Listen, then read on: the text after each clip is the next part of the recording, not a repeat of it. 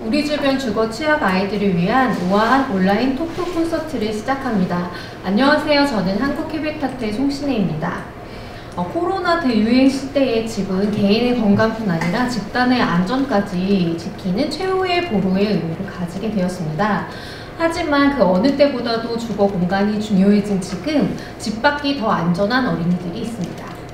이런 어린이들이 우리 주변에 얼마나 많은지, 집이 어린이들에게 어떤 영향을 미치는지, 그리고 어린이들에게 필요한 집은 무엇인지, 주거복지, 의료, 건축, 여러 분야의 전문가분들과 이야기를 나누고 여러분들이 궁금해하시는 질문들에 답변을 드리도록 하겠습니다. 그러면 말씀을 나눠주실 연사분들을 소개해드리겠습니다. 먼저 한국도시연구소 최은영 소장님 모셨습니다. 네, 안녕하세요. 어디를 많이 계시죠? 네. 그리고 세브란스 병원의 국제진료소 소아과 전문의 김규현 교수님 나오셨습니다. 안녕하세요. 그리고 한겨레 서울의 전유현 기자님 나오셨습니다. 안녕하세요. 그리고 이화여대 건축학과 유다은 교수님 자리해 주셨습니다. 안녕하세요. 네, 지난 여름 한국해비타트가 한겨레 서울엔에서 코로나 시대 아동 주거 복지에 대해서 연속 보도를 했었습니다. 먼저 주거 취약 어린이들을 취재하고 직접 만나신, 그리고 기사를 쓰셨던 한겨레 서울엔 전유한 기자님이 현장에서 보고 듣고 느끼셨던 이야기들을 나눠보도록 하겠습니다. 안녕하세요, 기자님. 네, 안녕하세요. 네, 아동 주거 빈곤에 대해서 관심을 가지시게 된 특별한 계기가 있을까요? 네, 일단 저는 올해 매해 여름에 아동 여성들, 주거 취약 가구 계신 분들을 좀 현장에서 뵙는 일을 2년 연속을 했습니다. 그러면서 지난해 처음 한 동작구, 동대문구 쪽에 있는 주거 취약 가구 아동 집을 처음 방문하게 되었는데, 이게 제가 처음에 현실로 듣고 기사로 접했던 내용보다 직접 봤을 때, 목격을 했을 때 들어왔던 그 현장이 정말 참사와 비슷했었어요. 그래서 실제로 제가 처음 기사를 냈을 때 표고 제목이 지옥을 봤다였습니다. 네, 물론 그대로 기사가 나갈 수는 없었고요. 지옥이라고 비견될 수 있을 만큼의 현장을 눈으로 보고 나서는 이게 뭐 단순한 동정, 연민을 떠나서 논리적으로 말이 안 된다고 현실을 좀 인식을 하게 된 거죠. 그래서 2년 연속으로 좀 보도를 해보게 되었고요. 일단 지금은 이제 코로나19라는 감염병 이후에, 재난 이후 일상의 어떤 그런 작은 불편함들이 어떻게 위기로 번지고 있는지 그 과정을 좀 목격을 하고 있다는 거, 그래서 목격자이자 또 기록자의 시선에서 이 문제를 지금 보고 있다고 말씀을 드리게 되네요. 사실 그 지옥을 보았다라고 표현을 해주셨는데요. 사실 우리가 타인의 주거 공간에 들어가 본 적이 없기 때문에 과연 그게 어떤 의미인지 잘 와닿지는 않거든요. 네, 혹시 그런 그 현장에서 아이들이 어떻게 지금 지내고 있는지 그런 얘기들을 조금 설명해 주실 수 있을까요? 네, 일단 숫자 하나로 설명을 드리면 2.8이라고 시작을 해볼게요. 만약에 그러니까 올해 6가구 방문을 한 2달 정도 좀 밀착해서 돌아보게 되었는데, 이분들 가구 원수를 단순히 그냥 계산을 해보면 총 23명이에요. 그 6가구의 총 주거 면적을 합해보니까 대략 66평, 제곱미터로 환산을 하면 220제곱미터가 나왔습니다. 그래서 단순히 66평에 23명이라는 숫자를 나눈 거예요. 한 사람이 가지고 있는 2.8평이라는 공간이 계산이 되었는데, 사실 이게 우리가 말하는 최저 주거 기준 4평을 한참 미치지 못합니다. 그리고 또 2.8평을 다 쓸 수 있느냐, 그것도 아니거든요. 뭐 가구도 있고 식탁도 있고 밥도 먹어야 되고 공부도 해야 되기 때문에 한 사람이 쓰고 있는 공간 면적은 1.4평도 참 되지가 않았었어요. 일단은 가장 눈에 들어온 거는 이 좁은 면적, 이 안에서 이제 코로나19 이후에 집의 의미가 굉장히 달라지고 있는데, 여기서 공부도 해야 되고 뭐 밥도 먹어야 되고 여러 가지 일상을 해야 될 때 부딪히는 아이들의 어려움에 대해서 좀 관심을 가질 수밖에 없었죠. 그러면 현장에서 보셨을 때 사실 그 가장 심각하다라고 느꼈던 부분들은 어떤 게 있을까요? 일단은 가장 큰 거는 눈에 가장 먼저 들어오는 건 아이들 건강 문제인데요. 예를 들어서 두 아이의 사례를 좀 들어볼 수가 있을 것 같아요. 일단 뭐 아이의 나이도 평균 12세, 그리고 2명 다 여자아이였고요. 어머니가 반지하에 사실 때 임신을 하셨기 때문에 두 아이 모두 반지하에서 태어났습니다.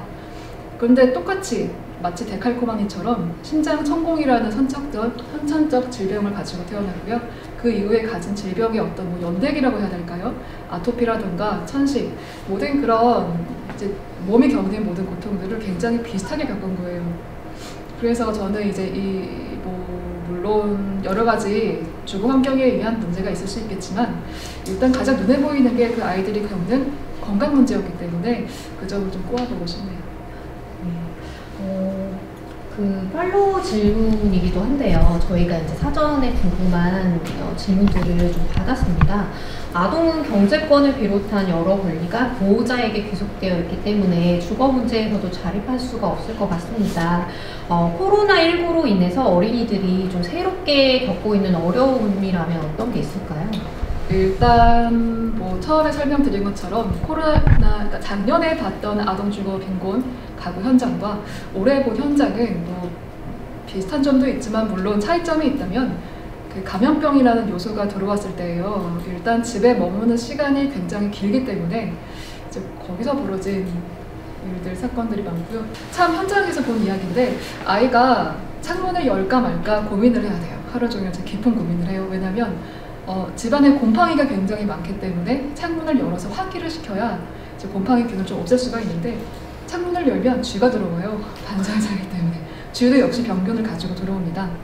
그러면 이 친구는 창문을 열어서 환기를 시키는 대신 쥐를 맞이할까 아니면 그냥 곰팡이균과 살까 실제로 이 고민을 한다는 거를 저한테 얘기를 하는 거예요. 이 친구가 택한 거는 그냥 쥐를 잡자. 창문도 열고 그래서 그 친구가 올해 쥐의 해에 쥐 2마리를 죽였습니다. 1월에 그렇게 시작을 했어요. 이 얘기를 지금 말씀하신 것처럼 굉장히 당연하게 제가 쥐 2마리 죽였어요. 이렇게 말을 해요.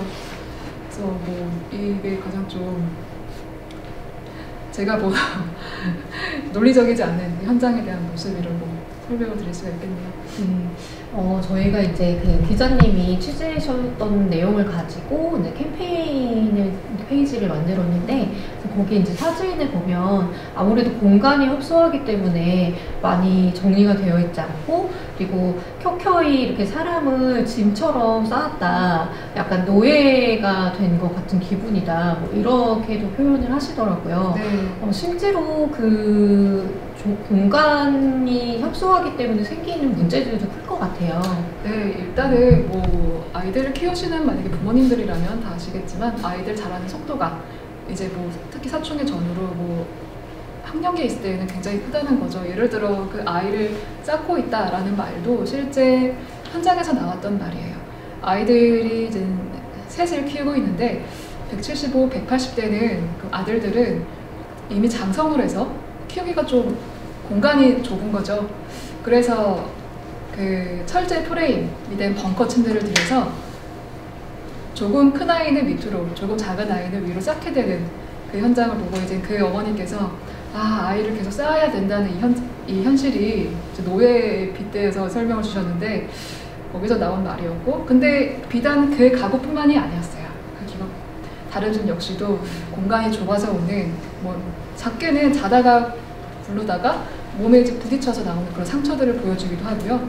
공간 자체가 작은데 또 가구원 수가 많으면 부딪히고 하면서도 짜증이라든가 이런 감정적인 문제가 당연히 생길 수밖에 없습니다. 그런 감정적 소모 문제도 있었고요. 그러니까 면적이 단순히 작아서 올 수 있는 그 문제들은 뭐 거진 다 겪고 있다고 봐야 하겠죠. 네, 그 단순히 사실 그 사회적 거리를 유지를 해야 되는데 집이 작으면 조금 어렵겠다라고 생각을 했었는데 그것보다 훨씬 더 큰 문제들을 겪고 있는 것 같습니다. 사실 저희가 그 사진들을 보고 또 의견을 주셨던 분들 중에는 저건 정리를 못해서 그런 거 아니냐. 부모가 정리를 잘했으면 조금 더 넓게 쓸 수 있고 저건 부모가 잘못한 것 같다라는 의견을 주셨던 분들도 있어요. 거기에 대해서는 어떻게 생각하시나요? 네, 실제로 이 질문이 지난해랑 올해 다 마찬가지로 이제 뭐 기사가 한번 나가면 그 메일, 그러니까 독자 메일이 되게 많이 오고요. 댓글도 많이 달려요. 근데 그 중에서 가장 빈번하게 달리는 게 아니 왜 좀 집 좀 치우지 아니면 뭐 지방으로 이사 가면 안 되냐, 뭐 정말 빈번히 여전히 받고 있는 질문인데 이거는 모르겠어요. 하여튼 제가 인터뷰 진행했을 때 느낀 거는 이분들이 의지가 없거나 이제 그런 건 아니에요. 근데 삶의 이제 부하라고 계속 전 설명을 드려요.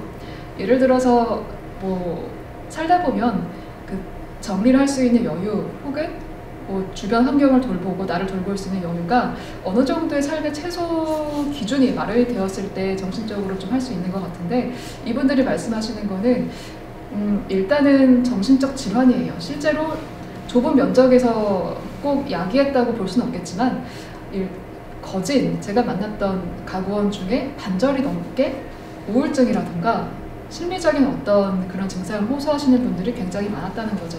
특히 코로나19 이후에 집에 갇히는 시간이 늘어나면서 가슴 답답증이라든가 혹은 그 밀폐된 공간에서 오는 공황이라든가 이거는 뭐 매 가구 인터뷰 때마다 듣는 얘기거든요.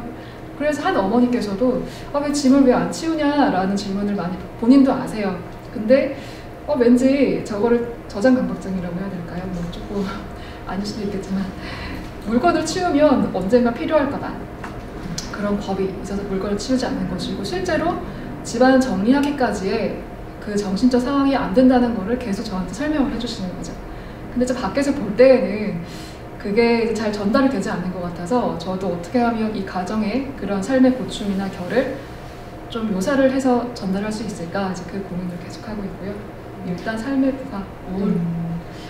부모가 이제 삶의 부하나 우울을 가지고 있다면, 그러니까 공간 때문에 이제 또 그 주거 환경 때문에 그런 이제 문제를 겪고 있다면, 그게 사실은 아이들한테도 영향이 있을 것 같은데, 아까는 이제 뭐 건강에 대해서 얘기를 해주셨는데, 조금 심리적인 측면에서의 약간 어려움을 호소하는 경우는 없었나요? 네, 예를 들어서 6가구 이제 아동들 같은 경우에는 보통 그 서울시에서 진행을 하고 있는 드림 스타트라는 제도를 통해서 자치구를 통한 그 심리적 그 외상을 치유할 수 있는 그런 상담 시설 이용을 대부분 하고 있습니다. 근데 여기서도 이 친구들이 뭐 일단 우울감, 학습 자폐, 뭐 학습 부진 공통적으로 다 호소를 하고 있어요. 네. 그렇군요. 그리고 또 많이 질문을 드렸던 것 중에 하나가 집이 이렇게 좁고 집값이 비싸면 왜 시골로 가면 저렴하지 않냐, 왜 이사를 가지 않느냐라고 얘기를 하시는 분들도 있어요. 네, 일단 지난해 기사에서도 어떤 분은 아예 메일을 주셨거든요. 본인이 어떤 지방에 살고 있는데 내가 있는 동네를 소개시켜주고 싶다. 이 아이들의 이 가구들이 이쪽으로 오면 그것보다 조금 더 낮은 전세값으로 더 좋은 환경을 살 수 있는데 그런데 이제 여기서도 집의 개념을 조금 다시 재정리해야 되는, 재정립돼야 하는 좀 그런 과정이 필요한 것 같아요. 예를 들어서 우리가 집이라고 하면 보통 하나의 그냥 공간, 하나의 어떤 물리적인 좀 베이스 캠프 정도 생각을 하는데 이분들한테 집은 하나의 그 망이에요. 그러니까 하나의 이제 삶의 거주 환경을 목소리 크게 네, 삶의 거주 환경을 잇고 있는 하나의 망인데 예를 들면 이제 이런 거죠. 그 한 가구에 있는 한 아이 같은 경우에는 이제 지금 국가대표 상비군으로 선발이 되어서 중학교 전액 장학금으로 학교를 다니고 있어요. 그 친구의 꿈은 정말 멋진 스포츠 선수가 되는 거고 그 꿈 하나로 지금 이 힘든 시기를 다 버티고 있는 거거든요. 그런데 그 친구를 지원해주겠다는 학교가 바로 주변에서 나타났고 어머니는 그러면 뭐 학부열 때문에 그 아이 미래를 위해서라도 이사 가기 힘든 환경이 벌어집니다, 실제로. 그리고 또 아이들 같은 경우에는 본인의 몸을 5년, 10년 이상 케어해준 주치의 선생님들이 이 집 10km 근방에 있어요. 병원에서 이제 아이들의 몸을 가장 잘 알고 있는 분들 의사분이 또 그 안에 있고요. 또 세 번째로는 그 주민 복지센터 연관된 그런 분들과의 또 관계도 있는 거죠. 예를 들어서 만약에 새로 이사를 가게 되게 되면 본인의 그런 치부가 있는 가정사를 다시 한번 설명해야 하는 그런 시간을 들여야 되는데 그게 또 굉장히 괴롭다는 겁니다. 이미 뭐 10년 이상 본인들과 관계를 형성해온 그 복지센터 직원이나 그런 시스템이 마련이 되어 있는데 그래서 이분들에게 이제 이주는 단순한 집의 이사가 아니라 삶의 모든 관계망을 가지고 통째로 가야 되는 건데 이 자체가 이제 굉장한 용기가 필요한 거고 굉장한 도전이 될 수밖에 없는 거죠.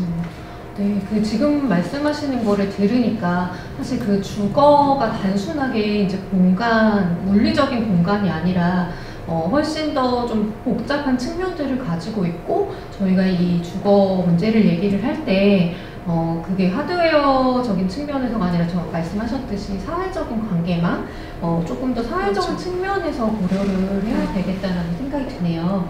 혹시 기사 보도 이후에 반응은 조금 있을까요? 네, 보통 이제 기사가 나가고 나서 만약에 기사에 수명이 있다면 보통 기사는 일주일을 잘 넘진 않는 것 같아요. 근데 지난해도 그렇고 이제 올해 쓴 이 아동 주거 빈곤 관한 기사에서는 지금 보도한 지 3개월이 지났는데도 독자 메일이 계속 꾸준히 오고 있는 편입니다. 그리고 또 또 흥미로운 거는 독자 메일이 오면 다 공통적인 걸 저한테 물으세요. 그래서 우리가 뭘 할 수 있을까요? 제가 뭘 할 수 있을까요? 실제로 뭐 의료, 또 시민분들, 예술인분들 혹은 또 관련된 직군에 계신 분들 동안 해서 지금도 이번 달에도 한 3통, 4통 정도의 메일이 오고 있어요. 저는 그것만으로도 좀 약간 글을 쓴 보람을 느끼고 있는 편인데 독자분들이 사실 아동 주거 빈곤이라고 말을 할 때 이 말을 한 번에 정확히 이해하시는 분들은 관련 전문 직종에 계신 분들 외에는 좀 없을 거라고 생각을 합니다. 실제로 제가 지금 현장에서 겪고 있는 상황이기도 하고요. 그런데 어쨌든 시민분들이 이제 이런 문제가 있다는 거, 지금 코로나19 이후에 우리가 주목해야 하는 문제가 이 문제 역시도 있다는 거를 좀 인식을 시작을 하시고 거기에 대해서 질문을 주신다는 거는 좀 그 긍정적인 반응이라고 저는 생각을 하고 있는 거죠. 네. 지금 그 주거 빈곤에 대해서 딱 떠오르지 않는다라고 이제 말씀을 하셨는데 저희 사실 사전 질문에도 굉장히 많이 들어왔어요. 주거 빈곤이 뭐냐, 그 개념이 궁금하고 그리고 기준이 있는지 궁금하다라는 이제 말씀을 해주셨습니다. 최은영 소장님께서 주거 빈곤은 무엇을 의미하며 그리고 어떤 양상을 가지고 있는지 기준이 무엇인지 좀 설명을 해주실 수 있을까요?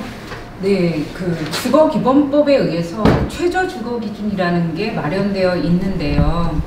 최저 주거 기준은 지금 현재로는 주택인 것에만 적용이 되는 것처럼 되어 있어요. 현재는.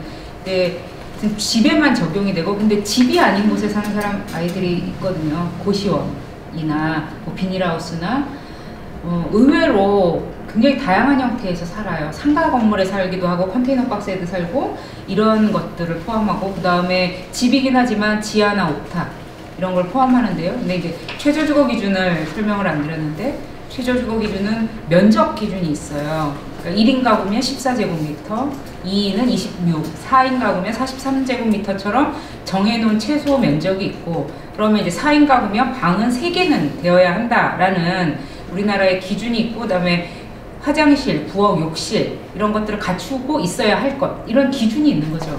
근데 이제 이런 기준이 현재는 권고 수준의 기준이고 강제력이 없기 때문에 이제 여러 가지 문제가 야기되고 있는 상태입니다. 그래서 주거빈곤은 다시 정리를 하면 최저주거 기준 미달하거나, 그러니까 면적이 너무 좁거나 단칸방에 사는 아이들이 여전히 많거든요. 이제 그 방의 개수가 부족하거나 시설이 부족하거나 지하 옥탑에 살거나 그다음에 고시원처럼 집도 아닌 곳에 사는 이런 아이들을 다 합해서이고, 이게 전국적으로는 한 94만 명 정도 있고, 가구 기준으로 보면 한 57만 가구 정도가 이런 상태로 살고 있습니다. 굉장히 많은 숫자죠. 네. 지금 그 집이 아닌 곳에 살고 있는 그런 사람들도 많다라고 얘기를 해주셨는데, 저희가 이제 집이 아니기 때문에 저희 뭐 통계를 내거나 실태 조사를 하면 뭐 그게 다 같이 그 조사에 잡힐까요? 아니면은 그런 부분들은 좀 빠지게 되나요, 현재는? 그래도 올해가 또 2020년이잖아요. 5년마다 통계청에서 인구주택 총조사라는 걸 하고, 올해가 이제 인구주택 총조사가 이루어지는 해인데, 그거는 전체를 조사하는 개념이거든요. 과거에는 2010년까지는 지금은 약간 조금 달라지긴 했지만 인구주택 총조사에서는 수백만 가구를 조사하기 때문에 그 가구들이 그래도 많이 빠지지 않고 조사가 되었기 때문에 제가 아까 이제 이런 주거 빈곤 가구가 전국적으로 57만 가구고 94만 명 정도의 아동이 이런 상태에 살고 있다고 말씀을 드릴 수 있는 거죠.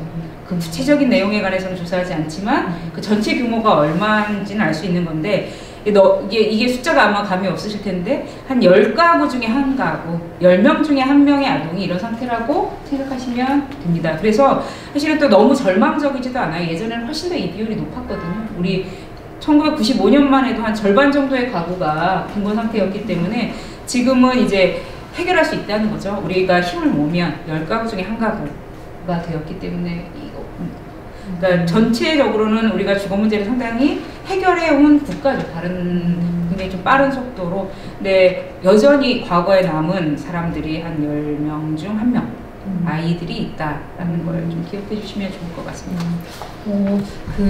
그래도 많은 발전이 있었다, 빠른 시간 안에 라고 말씀해 주신 부분은 되게 고무적인 것 같아요. 근데 그렇게 해왔는데도 사실 10명 중에 1명이라면 생각보다는 굉장히 많은 어린이들이 사실 주거 빈곤 상황에서 살고 있는 것 같습니다.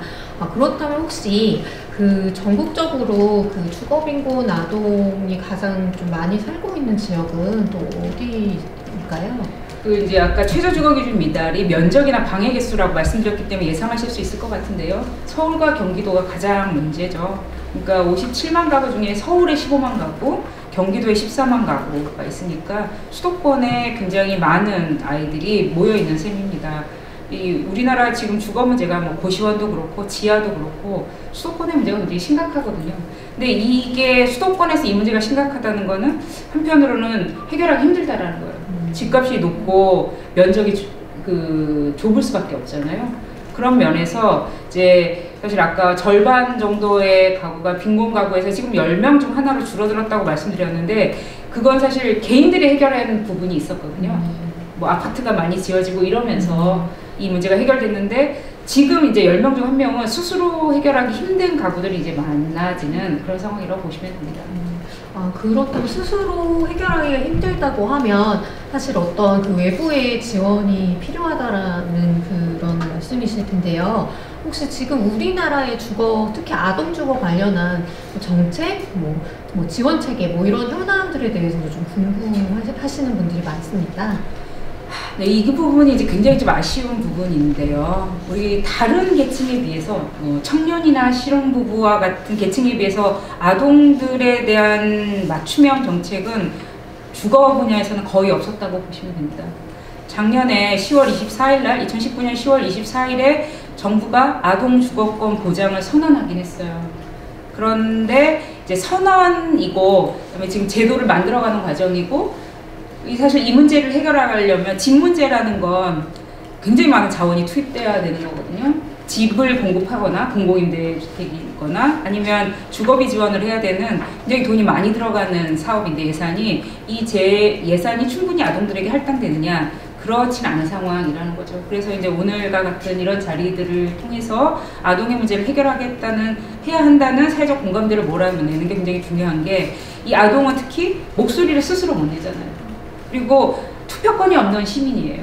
그러니까 이게 시민 아닌 시민으로 아동들이 우리 사회에서 대접받고 있다는 생각이 들어요. 그러니까 다른 계층에 비해서 스스로의 목소리를 내지 못하기 때문에 굉장히 좀 정책 면에서 떨어져 있고, 그러니까 이제 우리가 선언을 하고 이게 중요하구나라고 인식해가는 정도의 상황이고, 그다음에 그러면 이제 자원 배분이나 이런 것들은 굉장히 좀 아직은 안타까운 그런 상황이죠.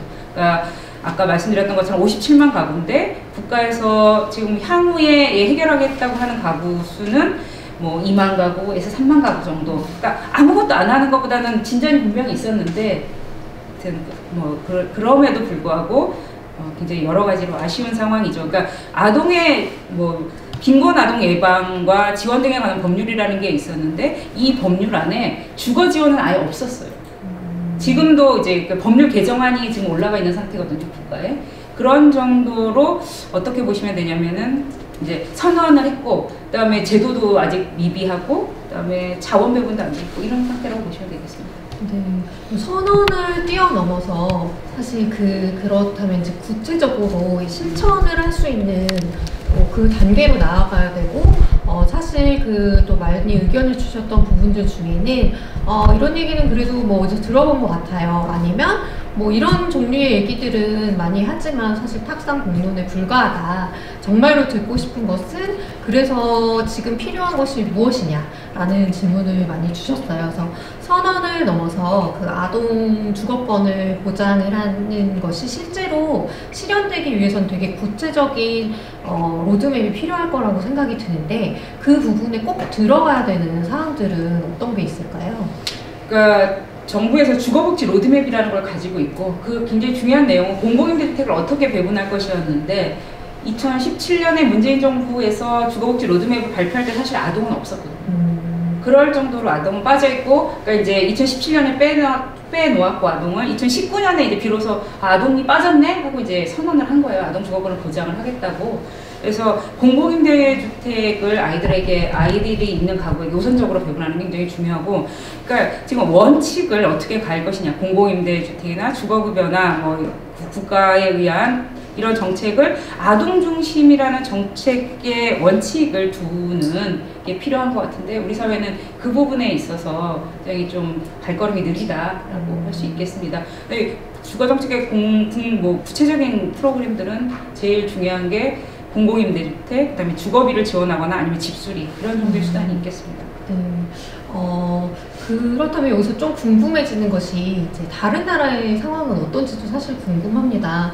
그래서 이게 아무래도 지금 말씀하셨던 것처럼 그 막대한 정부의 예산이 들어갈 수밖에 없고 계획이 있을 수밖에 없는데, 그럼 다른 나라에서는 이 문제를 어떻게 해결해가고 있는지 혹시 저희가 좀 참고할 수 있을 만한 좀 그런 좀 나라의 사례들이 있는지 좀 소개해 주실 수 있을까요? 네, 뭐 시간 관계상 구체적인 정책을 말씀드리기는 어렵겠지만, 그러니까 아까 말씀드렸던 아동이 있는 가구에 대한 정책의 우선순위를 두는 게 기본이죠. 그러니까 뭐 영국 같은데도, 그러니까 뭐 어떻게 보시면 되냐면, 아동이 있으면 무조건 특별하게 대접을 하는 거예요. 취급을. 공공임대주택을 배분하나, 그다음에 주거급여나, 굉장히 짧은 동안 말하려고 하니까 말이 좀 엉키는데요. 그 아동이 있는 가구에 관해서는 예외적인 것을 둬서 지원이 많이 될 수 있도록 하는 아동 중심의 주거 정책을 가지고 있다, 선진국들은. 그러니까 제가 그런 비유를 하는데요. 외국이나 이제 미국이나 캐나다 가면 굉장히 놀라는 것 중에 하나가 노란 버스예요. 노란 버스가라는 게, 우리나라도 비슷하게 노란 버스가 다니지만 제도는 굉장히 다르거든요. 우리나라의 노란 버스는 어떤 권한이 없잖아요. 근데 미국이나 캐나다의 노란 버스는 그 버스가 서면 나머지 차들도 다 서야 된다고 보시면 되거든요. 그러니까 이게 주거 정책에도 똑같이 적용이 돼요. 아동에 대한 특별한 배려는 그 선진국들에서 가지고 있는 건데, 이제 우리도 그런 것들을 만들어 나가야 되는 그런 상황이라고 보시면 되겠습니다. 네, 사실 조금 뒤에서 질문을 드리려고 했었던 건데, 그 아동이 우선이 되어야 된다, 예외가 되어야 된다. 라는 이제 그게 실현이 되려면 사실 그 사회적으로 왜 그래야 되지? 라는 질문을 던지는 분들도 많을 거고, 합의가 있어야 될 것 같아요. 노인도 있고 장애인도 있고 다 있는데 왜 우리가 아동을 우선적으로 해야 되느냐라는 것에 대해서는 어떻게 그러면 그분들을 설득하고 사회적 합의를 좀 이끌어낼 수 있을까요? 네.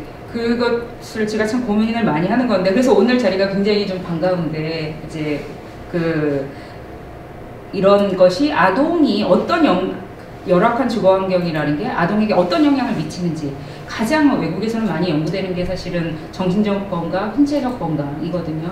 그런 부분에 대해서 말씀해 주실 분이 나와주셔서 너무 감사하고, 사실 건축도 마찬가지거든요. 집의 어떤 부분이 아이들에게 문제가 되는지, 그리고 아이들에게는 이 문제가 굉장히 좀 더 심각하게 나타나는 게 이제 외국 사례들인데요. 이런 부분에 관해서 우리나라 사실 조사 연구도 많이 이루어져 있지 않는데, 오늘 이 자리를 빌어서 왜 아이들에게 더 특별한 주거 정책이 필요한지에 관해서 제가 말씀드리기보다는 그 건축 전공하신 교수님과 그다음에 의료 쪽에서 말씀해 주실 분들에게 근데 제가 아까 이제 기자님 말씀하시는 거 들으면서 제가 봤던 경우랑 너무 많이 저도 봤던 경우가 다 있거든요. 정신적 건강에 문제가 있고요. 그다음에 신체적 건강에도 문제가 다 주거빈곤 아동 가구에는 있어요. 아까 이제 기자님은 저는 좀 더 많은 아동의 사례들을 봤는데 그런 경우에 항상 있는 것이고 굉장히 비슷한 느낌이었는데 그 주거빈곤 상태에 있는 아이들은 그냥 서서히 침몰해가는 느낌이에요. 서서히 그 삶이 침몰하고 그리고 그 부모님들도 사실 자식이라는 건 미래에 대한 희망이잖아요. 근데 열악한 환경에서 아이를 키운다는 건 미래에 희망이 없다는 걸 부모님들도 아시거든요. 이러면서 이제 아까 그 정신적인 스트레스들이 굉장히 심각해지는 거죠. 그러니까 나도 어렵게 사는데 아이도 어렵게 살 게 뻔한 보이는 그런 상황이 되면 그래서 우리나라에 굉장히 사실 뭐 동반 자살이라고 하긴 좀 그런 아동 사례죠. 그런 사례들이 많이 나타나는데 빈곤 가구에서 그런 얘기들이 많이 나와요. 나쁜 생각을 많이 한다라는 얘기들. 그래서 이게 정신적 건강에 관한 문제잖아요. 그래서 이제 열악한 주거, 집이 해결된다고 모든 문제가 해결되진 않지만 집이 해결되지 않으면 기본적으로 해결되지 않은 문제들이 있거든요. 근데 이게 아이들은 특히나 어리기 때문에 그 뭐 의사 선생님이 더 말씀을 많이 해주시겠지만 뭐 호흡기에 미치는 영향도 더 크고 그다음에 이 어릴 때 이런 건강 문제가 그 시작이 되면 이 아이의 평생 그게 따라가서 영향을 미치는 거죠. 이 건강 문제 결국 학업에도 영향을 미치고 성장에도 영향을 미치고 하면서 아동의 평생의 기회에 영향을 미치게 되는 그런 상황이 되기 때문에 외국에서는 특히 아동의 문제는 다 특별하게 다루고 있는 것이라고 네, 지금 소장님 말씀을 듣다 보니까 사실 우리가 아동은 미래의 희망이다라고 얘기를 하고 그리고 특히 우리나라 같은 경우는 저출산, 초고령 시대를 걱정을 하면서 사실은 그 아동에 대한 배려들이 실제로는 없었다라는 생각이 드네요. 지금 계속 기자님 그리고 그 소장님 실제로 현장에서 아이들이 그 건강과 정신 뭐 여러 가지 문제에서 영향을 미친다라고 얘기를 하셨는데 이게 진짜로 과연 그런지 또 의학적인 측면에서 사실 주거랑 사실 저희가 그냥 일반인의 입장에서 보면 주거랑 건강 뭐 발달 이거를 연결을 시키기가 조금 쉽지는 않은 것 같은데 좀 의학적으로인 측면에서 어떤 그 관련이 있는지 김규현 교수님께서 한번 좀 말씀을 해주실 수 있을까요? 네.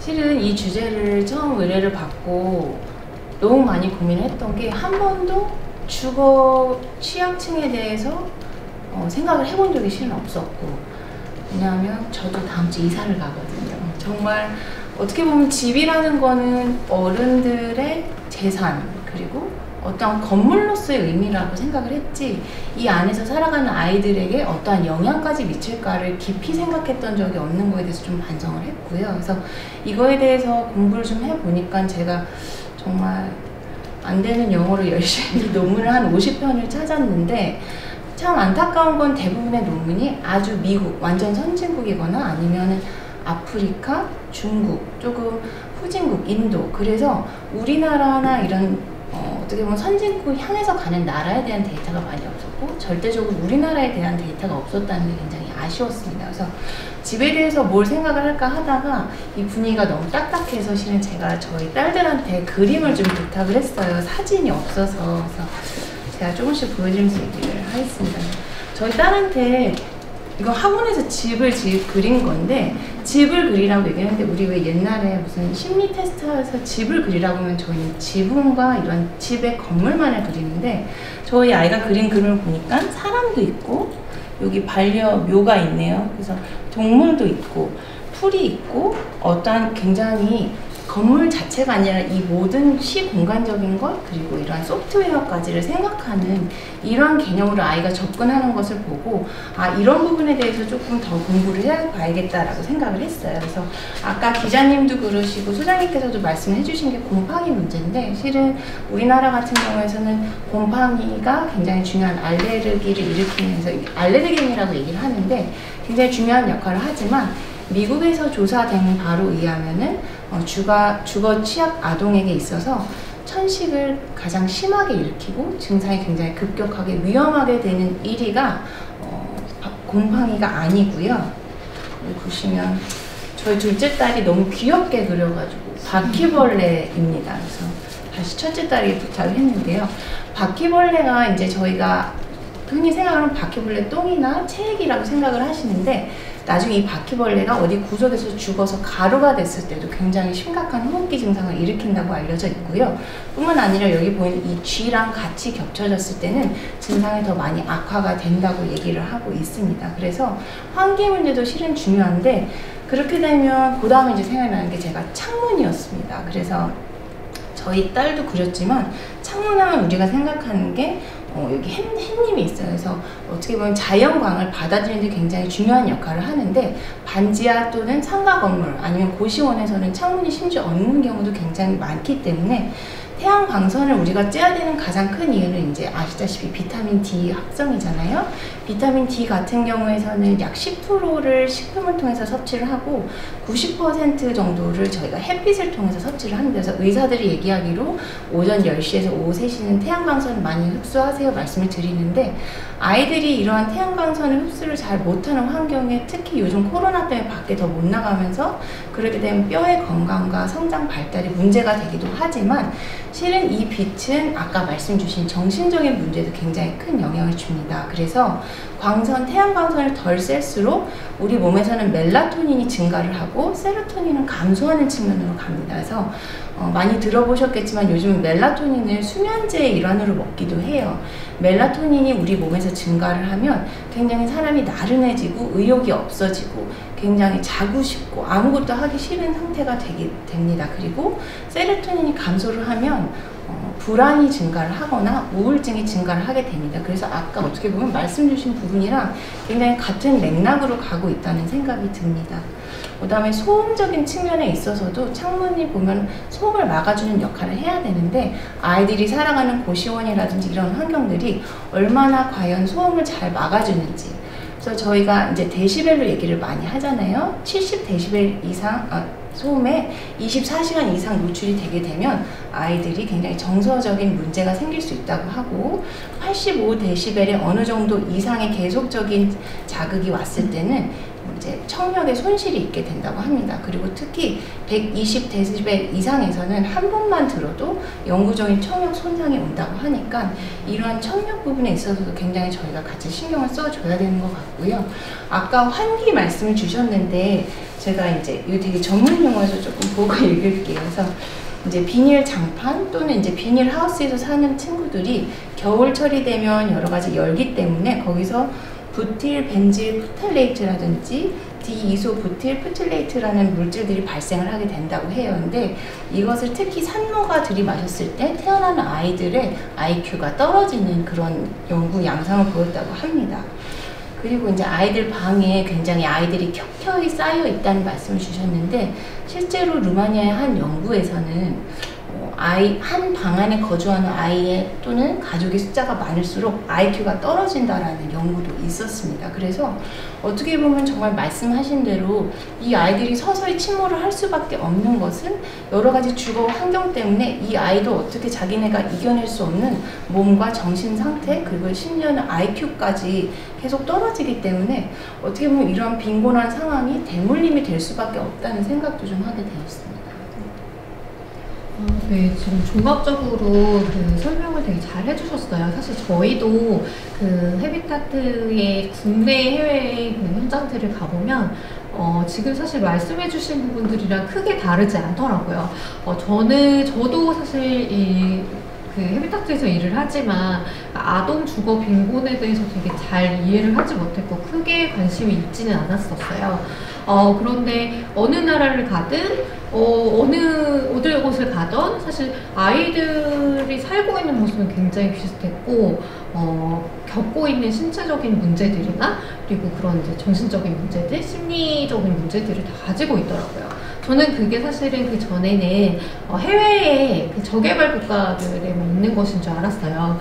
네, 한국에 들어와서 또 현장을 가보니까 그 우리나라 뭐 OECD의 회원국이기도 하고 굉장히 발전했다고 하는데, 그 친구들의 삶은 사실 제가 그 저개발 국가에서 봤던 그 친구들이랑 크게 다르지 않은 것들을 보고 이 문제에 대해서 관심을 갖게 되었는데, 지금 말씀해 주신 부분들이 정말 다 공통적으로 공유를 하고 있었던 문제인 것 같은데, 지금 그래서 정말 필요한 것들이 무엇이냐라는 질문들을 해주셨는데 다 말씀을 사실 해주셨던 것 같아요.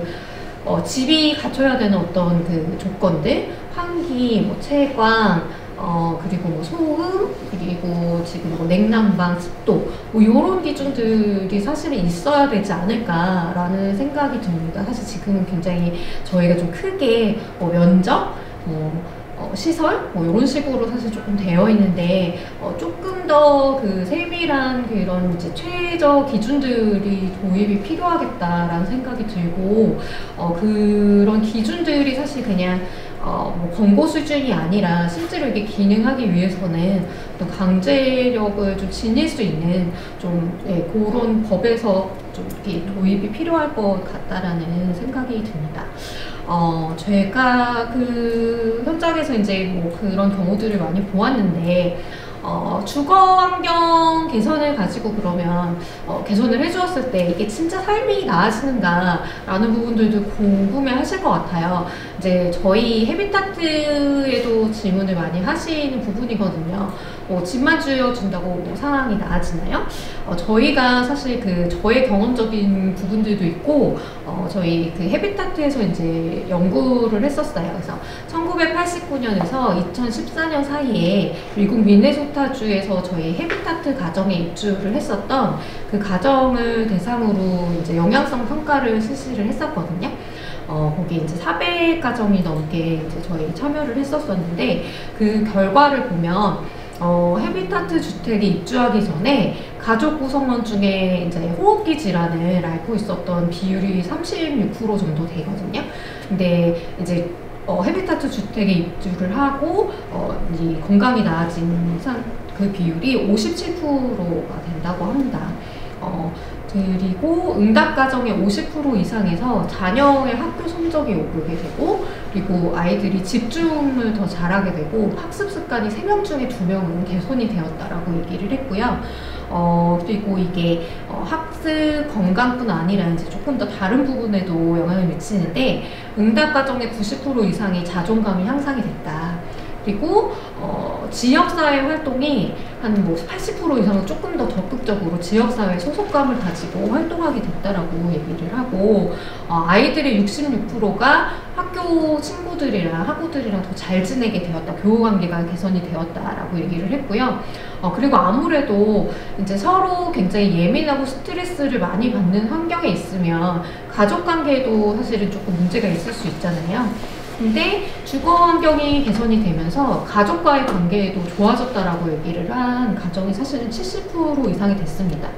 그리고 이게 경제적으로도 영향이 있었는데요. 그 응답 가정의 거의 절반이 입주 가정 그 헤비타트 주택에 입주를 하면서 소득이 증가했고, 사실은 저희가 그 주거 빈곤, 주거 문제라고 얘기를 할 때 그 소득에서 주거비로 지출되는 비율이 30%가 넘어갔을 때 이제 그 적절하지 못한 주거라고 얘기를 하는데요.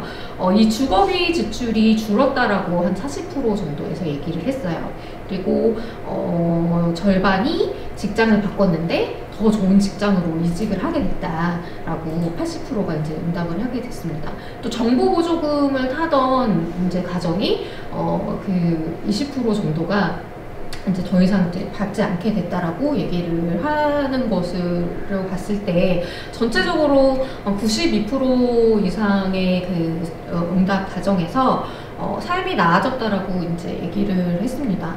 그래서 주거 빈곤의 양상이 사실은 되게 다양하고, 그 다양하기 때문에 여러 가지 이제 접근법이 필요하겠죠. 그래서 주거 환경 개선만으로 모든 문제를 해결할 수는 없겠지만, 이제 아까 교수님도 말씀을 해주셨고, 소장님도 말씀을 해주셨고, 그 주거라는 거는 인간의 그 삶의 기본이 되는 부분이기 때문에 이 부분이 어느 정도 안정이 되었을 때 좀 다른 문제를 해결할 수 있는 데는 영향을 줄 수 있었다라고 생각이 듭니다.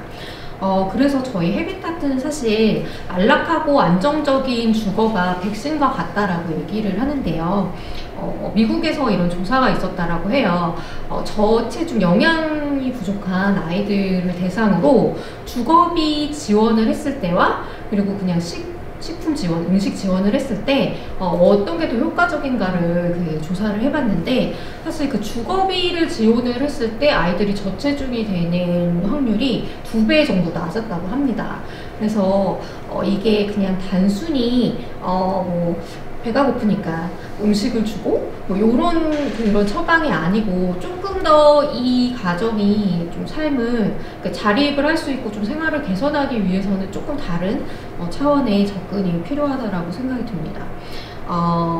저 다시 이제 말씀을 드리지만 주거환경 개선만으로 문제를 다 해결할 수는 없겠지만 그 안정적이고 안락한 그리고 적정 가격의 보금자리가 아동과 가족 그리고 더 나아가서는 사회를 이렇게 보호하는 장치가 될 수 있다라고 생각이 듭니다. 아까 이제 그 왜 주거 문제에 관심을 가져야 되냐 이제라는 이제 얘기가 나왔을 때 사실 그 잠깐 언급을 해주셨지만 이 아이들이 사실 태어나면서부터 이렇게 뭐 정말 3평에서 10평 그 정도 되는 공간에서 열악한 주거 환경에서 태어나는 경우들이 굉장히 많고 뭐 10살 남짓한 인생을 살면서 사실 그 공간이 그 친구들의 세상의 전부인 거잖아요. 그런 환경에서 태어났고 건강이 좋지 않았고 그래서 공부를 잘 할 수 없게 됐고 공부를 잘 할 수 없게 됐고 그러면 좋은 직장을 가지 못하고 사실 이 친구들의 미래에는 태어나면서부터 이제 거의 정해진다라고 할 수 있는데 이게 개인의 노력이 아니라 이런 부분에 있어서 아이들이 태어나면서부터 그 불이익을 받는다라고 하는 거는 사실은 사회의 책임이라고 생각이 듭니다. 그리고 또 얘기를 해주시는 분들이 우리는 그 아이들 이랑 같은 반을 안 하면 되잖아요. 같은 동네를 살지 않으면 되잖아요. 라고 이제 얘기를 하시는 분들도 많은데 사실 뭐 이게 인권의 측면에서 당연히 보장을 해야 되기도 하겠지만 사실 조금 더 약간 그 경제적인 부분에 있어서 조금 본다면 만약에 내 주변에 있는 아이들이 건강하고 학교에 열심히 학교를 안 빠지고 다니고 공부를 잘하고 좋은 학교를 고등교육을 받고 좋은 직장을 가서 훌륭한 성인이 돼서 사실 세금을 성실히 잘 내는 그 사회의 구성원이 될 수 있다면 사회가 훨씬 더 생산적으로 발전할 수 있겠죠. 그래서 사실 이게 또 반대로 생각한다면 뭐 이런 주거빈곤 가정들이 병원에 자주 가야 되고 입원을 해야 되고 그렇다면 이게 의료 보장을 해줘야 되고 사실은 이게 국가의 재정으로 사회적인 비용이 굉장히 많이 진출이 되잖아요. 그런 측면에서 본다면 이게 단순히 남의 아이의 얘기가 아니라 나의 얘기가 될 수 있다. 조금 관심을 가져주시면 좋을 것 같습니다. 그리고 그 유다현 교수님 오늘 건축학 교수님 유다현 교수님 나와주셨는데요. 사실 또 많이 궁금해하시는 부분들이 포스트 코로나 시대에 분명히 이 주거 환경이나 마을이나 뭔가 바뀌어야 될 것 같은데 그러면 건축 쪽에서는 이게 어떻게 변화가 되는지 좀 궁금하다라고 얘기를 하시는 분들이 계셨어요. 네, 그 부분에 대해서 좀 말씀을 해주실 수 있을까요? 저는 조금 약간 다른 관점에서, 그러니까 이미 사실 건축 공간에 대한 얘기는 소장님과 또 교수님께서 이미 너무나 잘 설명을 해주셔서 제가 특별히 더 덧붙일 만한 내용이 없을 만큼 굉장히 정확한 자료들과 함께 설명을 다 해주신 것 같고, 저는 그것보다는 조금은 더 소프트웨어적이고 좀 부드러운 관점에서 이 우아한 콘서트의 내용들을 좀 채워나가고 싶은데, 이제 그 이유는 우리에게 좋은 집은 행복한 삶을 위해서 반드시 필요합니다. 그러니까 필요 조건인데 충분 조건인 것은 아니죠. 근데 또 한편으로 환경이 우리의 삶을 결정짓지는 않는 것 같습니다. 그러니까 이렇게 열악한 환경이 있다고 해서 반드시 그 이후의 삶이 불행해진다라고 말하기는 어렵고, 또 우리 이제 부모 세대, 그 전 세대만 보더라도 우리보다 훨씬 더 지금 이 주거빈곤 아동보다 더 열악한 환경에서도 잘 자라오셨고 또 삶을 영위를 하셨기 때문에 이 주거가 취약한 것들이 또 너무나 절망적으로만 다가가진 않았으면 하는 그런 바람이 있습니다. 그럼에도 불구하고 정말 우리나라와 같은 이러한 경제력과 이렇게 높은 성장을 이룬 나라에서 아직도 이처럼 열악한 환경에 아이들이 살 수밖에 없다는 건 너무나 가슴 아픈 현실이고, 그것을 위해서 우리가 뭐라도 하고 싶은 그 마음은 정말 다들 갖고 계실 것 같습니다. 근데 이제 이 포스트 코로나 시대에 안 그래도 열악한 주거에 거주하던 이 아동들이 얼마나 더 환경이 열악해졌을까 생각을 해보면, 좀 비유적으로 말씀을 드리자면, 이제 여러분들 다 쓰고 계신 이런 이제 스마트폰이 처음에 우리가 핸드폰을 쓸 때는 이렇게 전화 기능만으로 사실 충분했었는데, 이제 언젠가부터 우리가 이 기구 하나를 가지고 사진도 찍고 음악도 듣고 뭐 지도도 찾아보고 이메일도 보내고 온갖 일들을 다 하게 됐습니다.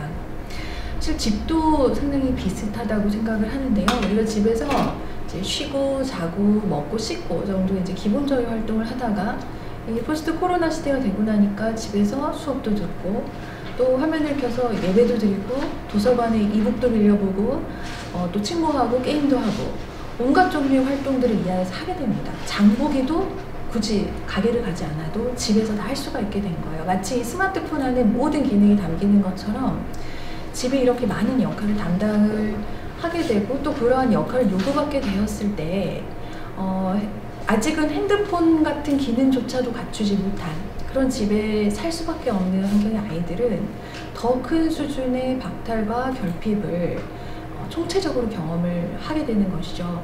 근데 이제 우리가 너무나 갑작스럽게 충분히 대비가 안 된 상황에서 이렇게 감염병으로 인해서 사회적 거리두기를 하게 되면서 정말 지난 우리 6.25 전쟁 이후로 한 번도 겪어보지 못했던, 학교를 가지 못하는 초유의 상황이 펼쳐졌을 때 개강이 연기되고 또 온라인으로 수업을 실시하게 되면서 이러한 스마트 기기들을 갖추고 있는지에 대해서는 조사를 하였지만 학교가, 그렇지만 그러한 학습을 할 수 있는 공간이 갖추어져 있는지에 대해서는 조사가 이루어지지 않았습니다. 다시 말해서 이 아이들이 집이 그동안 집 외의 공간이 담당하던 역할을 해줄 준비가 되지 않았는데, 그것들을 소위 강요받게 됨으로 인하여서 이 아이들은 그동안 영위하던 그 일상에서 너무나 많은 경험들을 박탈당하거나 제대로 해낼 수 없게 되는 그러한 상황에 처했다고 볼 수 있습니다.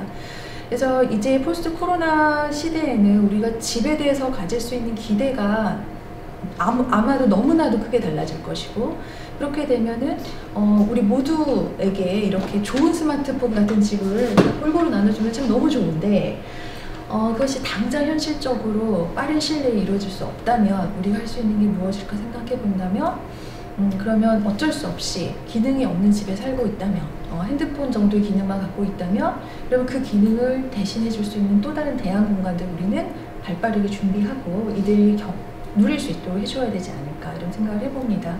그래서 집을 넘어서서 마을이, 우리가 이제 마을이 다 같이 아이를 키워야 된다라고 얘기를 할 때는 이제 사회적 인프라로서의 공간을 이야기를 하는 것인데, 이런 마을 안에서 아이들의 일상을 영위하던 공간들이 지금 어떤 상황에 처해 있는지를 면밀히 검토를 해야 될 것 같습니다.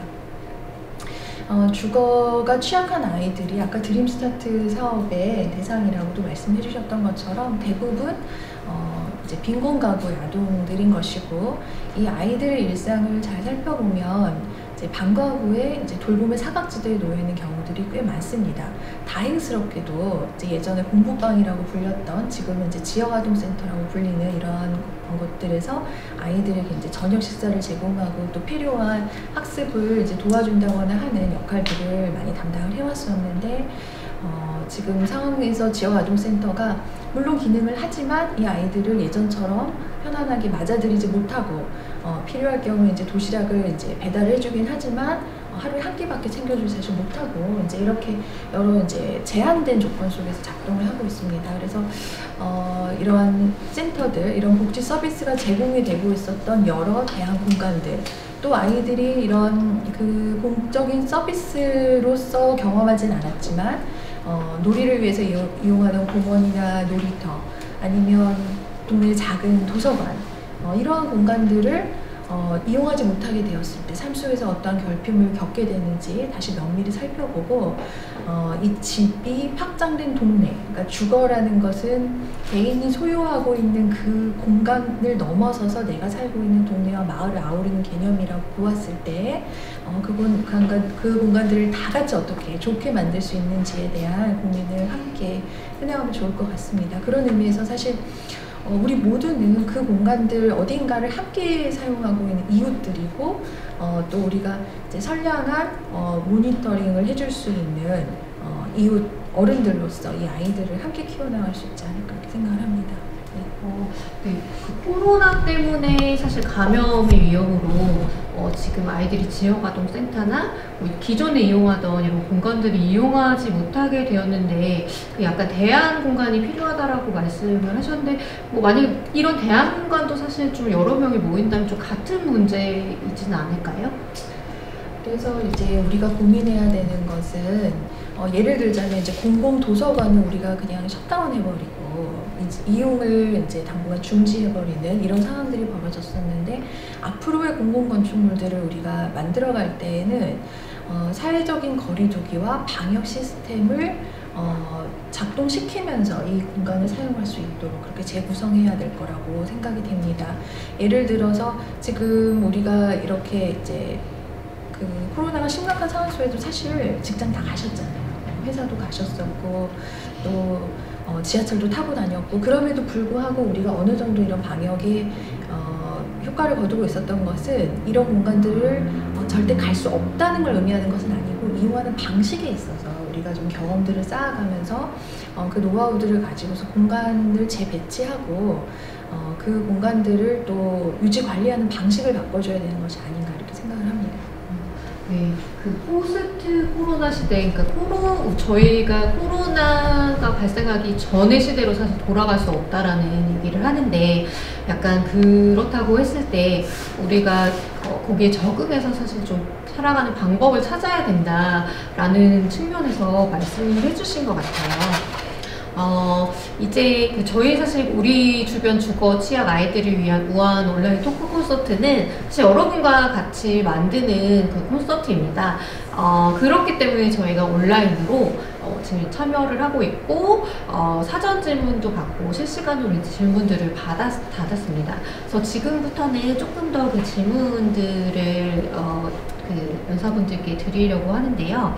최은영 소장님 그 궁금한 것들이 혹시 그래도 우리나라에 어떤 그 시도들이 있는 것 같아요. 계속 조금씩 발전이 있었다고 하셨고, 그리고 지자체에서도 조금 그 노력들이 있는 걸로 알고 있어요. 시흥시 같은 경우도 그 아동 주거 빈곤을 해결하기 위해서 노력들을 하고 있는 것으로 알고 있고, 서울시 같은 경우도 조례를 그 통과를 한 걸로 알고 있는데 혹시 어떻게 평가를 하시는지 궁금합니다. 네, 우리나라도 아까 이제 선언은 작년에 했다고 말씀드렸고, 선언만 해놓고 국가가 아무것도 안 한 건 아니고, 그 시흥에 퍼스트홈이라는 걸 만들었어요. 이게 이제 시흥 얘기가 자꾸 나오는 건 거기가 어떤 지역이 굉장히 주거빈곤이 전국에서 가장 심할 정도로, 그러니까 10명 중에 7명이 주거빈곤 상태가 있거든요. 근데 시흥에 제가 참 다행이라고 생각하는 건 이런 걸 그냥 숨긴 게 아니라 이 문제를, 그러니까 전국 3,500 읍면동 중에서 제일 거기가 심해요. 그 지역이. 근데 시흥시 시민사회에서는, 그리고 시민사회, 그 다음에 시흥시의 시흥시청이죠. 그래서 이 문제를 드러내놓고 이 문제를 어떻게 해야 할까를 계속 고민을 했었던 거예요. 토론회를 하고. 그러니까 그 목소리가 중앙정부로 움직인 거예요. 지역에서의 움직임이 중앙정부로 움직여서 정부가 주거권 보장 등을 선언까지 이르렀거든요. 그리고 중앙정부는 거기에서 지금 속도를 뭐 아주 크게 내고 있지는 못하지만 이제 집을 공급을 하는 거죠. 그래서 아까 헤비타트의 미국 사례를 말씀하셨는데, 제가 시흥에서 집을 공급한 아동들에게 일어난 변화랑 너무 같아서 좀 깜짝 놀랐는데요. 거기는 이제 퍼스트홈이라는 걸 공급을 했어요. 그 공공임대주택을. 그래서 단칸방에 살던 아동들이 그 좀 괜찮은 공공임대주택으로 갔을 때 아까 말씀하셨던 것처럼 제일 중요한 변화 중에 하나는 그 건강의 변화더라고요. 호흡기 질환들이 애들이 갑자기 없어졌어요. 뭐 이런 얘기들을 하거든요. 그런 상황이 일어났고, 그다음에 시흥 같은 경우에는 이렇게 정부에만, 중앙정부에만 뭘 해달라고 하는 게 아니라 스스로도 주거비 지원을 해요. 그 우리나라는 주거급여라는 주거비 그 지원이 있는데, 이 아동이 있는 가구는 거의 사실 대상이 많이 못 되거든요. 왜냐하면 굉장히 그 100만 가구 정도, 우리가 2천만 가구인데요. 100만 가구 정도만 지원을 하는데 아동이 있으면 소득이 한 200만 원 정도 되잖아요. 그 200만 원이면 이 대상이 안 되는 거예요. 그런데 이 중위소득이라고 하는데 시흥시는 이 기준을 약간 높여서 시흥시 자체 예산으로 아동이 있는 가구에 대해서 주거비 지원을 하니까 이 가구들이 이사를 할 수 있는 거죠. 방 한 칸에서 살다가 방 두 칸으로 가고, 제가 만난 가구 중에 아까 이제 코로나 시대 얘기를 하시니까 자꾸 그 가정이 생각이 나는데, 방 한 칸에 아이들하고 5명이 사니까 그 엄마가 그런 얘기를 해요. 이제 코로나 시대가 아니었는데도 그 엄마가 뭐라고 얘기하냐면, 집 밖에서는 멀쩡한데 집에만 들어오면 미칠 것 같다고 얘기를 하셨거든요. 근데 그 엄마는 지금 이 코로나 상황에서 어떻게 살고 있을까 막 이런 생각이 참 많이 들었는데요. 그러니까 결국에는 이런 방 한 칸에 살던 가구가 방 두 칸으로 이동할 수 있도록 하는 방법 중에 하나가 공공임대주택을 공급하는 것이기도 하고 주거비를 지원해 주는 것이기도 한데, 시흥시는 자체적인 예산으로 그런 걸 하고 있고요. 그다음에 그 서울시 같은 경우에도 주거비가 이제 이런 지원을 하겠다라는 조례를 올해 7월에 통과시켰고, 그리고 서울시에서도 공공임대주택으로 주거빈공 가구를 그 이동해주는 사업을 하고 있어요. 그래서 이렇게 보시면 될 것 같은데, 우리가 그래도 아무 손 놓고 있었던 건 아니고 이제 시작하는 단계여서 다 단계다, 이렇게 보시면 될 것 같습니다.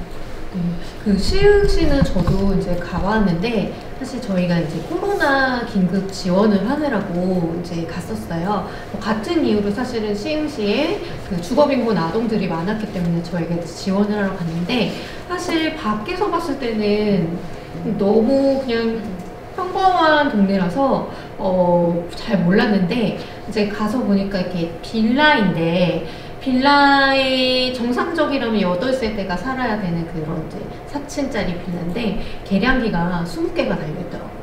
그러니까 그 8세대가 살아야 되는 그 공간을 이렇게 쪼개기를 해가지고 이제 쪽방처럼 만들어서 20세대가 살고 있었어요.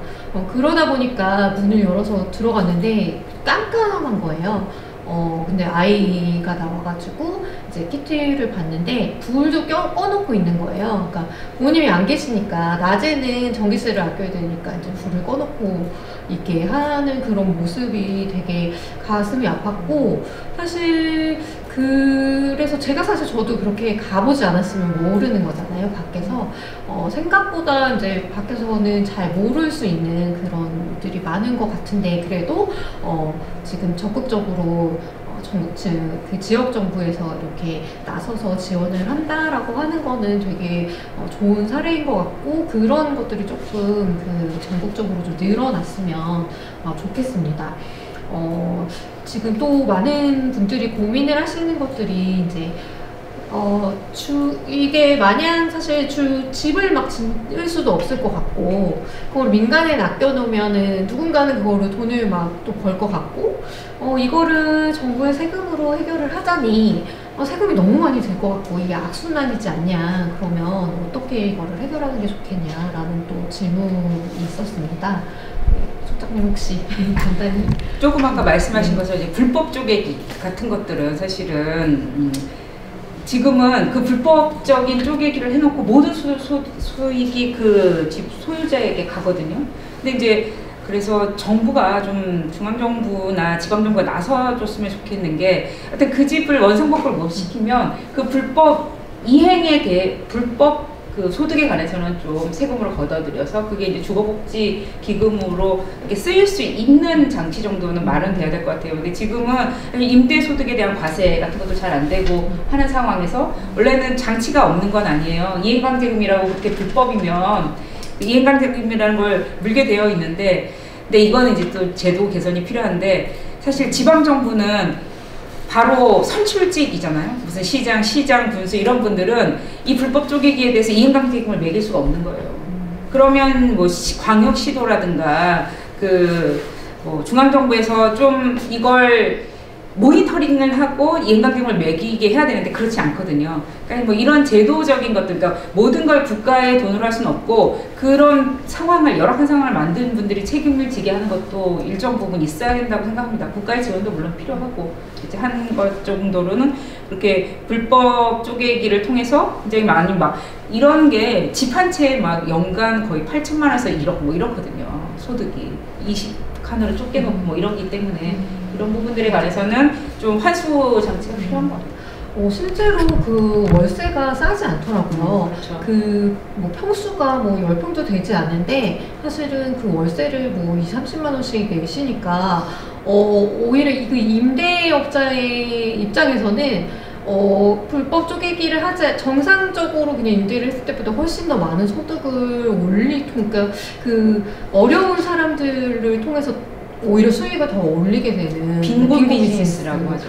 네, 그런 것들이 정말 심각한 것 같았고 이제 그러다 보니까 그 지역에 살지 않아도 이제 외지에서 막 투자를 그런 식으로 하는 경우들이 있더라고요. 그래서 지금 해주신 부분은 저희가 조금 이렇게 장치를 마련해서 해야 되는 필요가 있는 것 같습니다.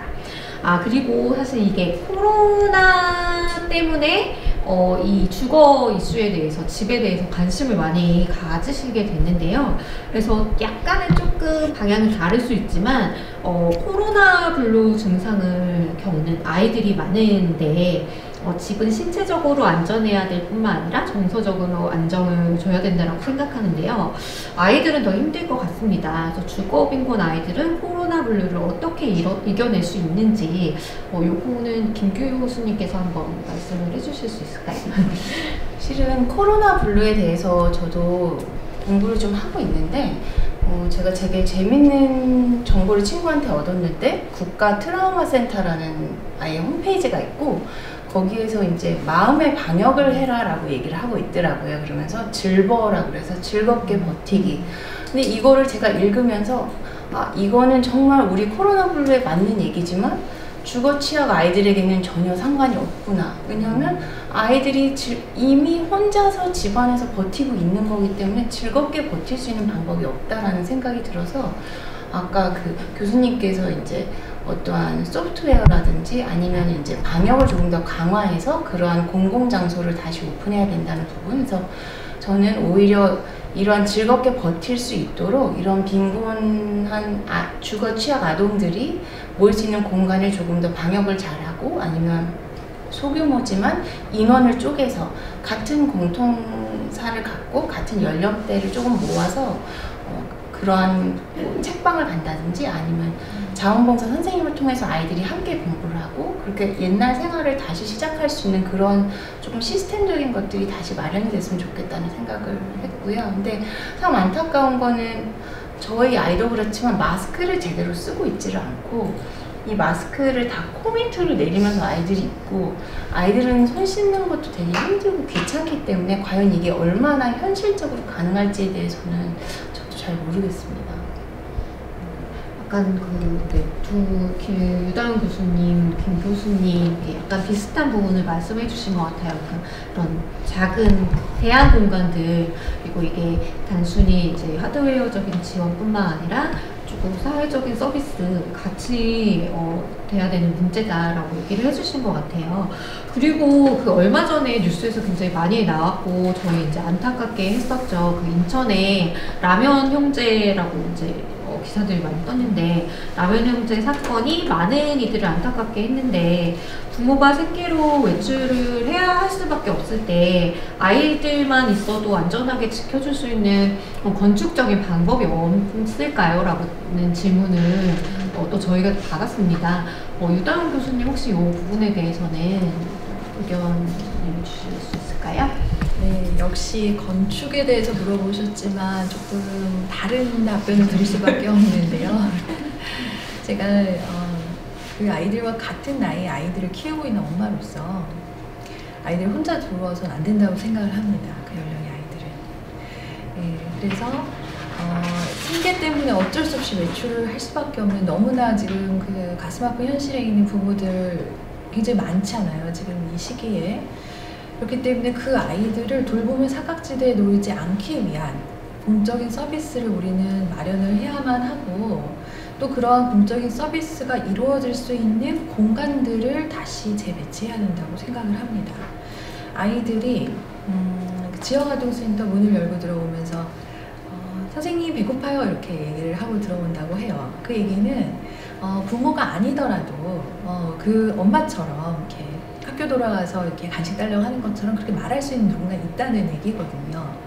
우리가 그런 사회를 만들어 가야 되지 않을까. 이제 부모가 나가면서 누군가한테 우리 애들 좀 봐주세요 이 얘기를 할 수 있는 동네 환경이 되어야만 하는 것이고, 아이들이 부모에게 무슨 일이 생겼을 때 다른 사람한테 가서 도움을 요청할 수 있도록 서로 그러한 인적인 관계망이 생겨야 되는 거라고 생각을 합니다. 그래서 아이들이 이 10살, 8살이 아닌 아이들도 사실 중학생 아이도 얼마 전에 화재로 전신 화상을 입은 적이 있고, 고등학생 아이들도 마찬가지로 어린 동생과 함께 화재로 사망한 적이 있기 때문에 이렇게 아이들을 아직은 성인처럼 자기보호 능력이 갖춰지지 않은 아동을 집에 두는 것이 법적으로 금지되어 있는 나라들도 꽤 많습니다. 그래서 우리가 가지고 있는 인적 자원과 어떤 사회의 이런 역량이 충분히 그것들을 해낼 수 있을 것 같은 지금 이 시점에 우리 시스템을 좀 더 잘 정비한다면 이러한 상황들을 막을 수 있지 않을까. 그래서 저는 이 건축 공간, 그러니까 집이라는 공간 속에 아이를 혼자 두는 것은 더 큰 공포를 사실 유발할 수도 있다고 보기 때문에 아이들에게는 집과 함께 돌봄이 항상 세트처럼 이렇게 따라다녀야 된다고 생각을 하고, 집이라는 공간에서 그게 이루어질 수 없다면 다른 대안 공간들에서도 돌봄이 공백 없이 계속 이어지도록 우리가 이렇게 사회를 만들어야 될 것 같습니다.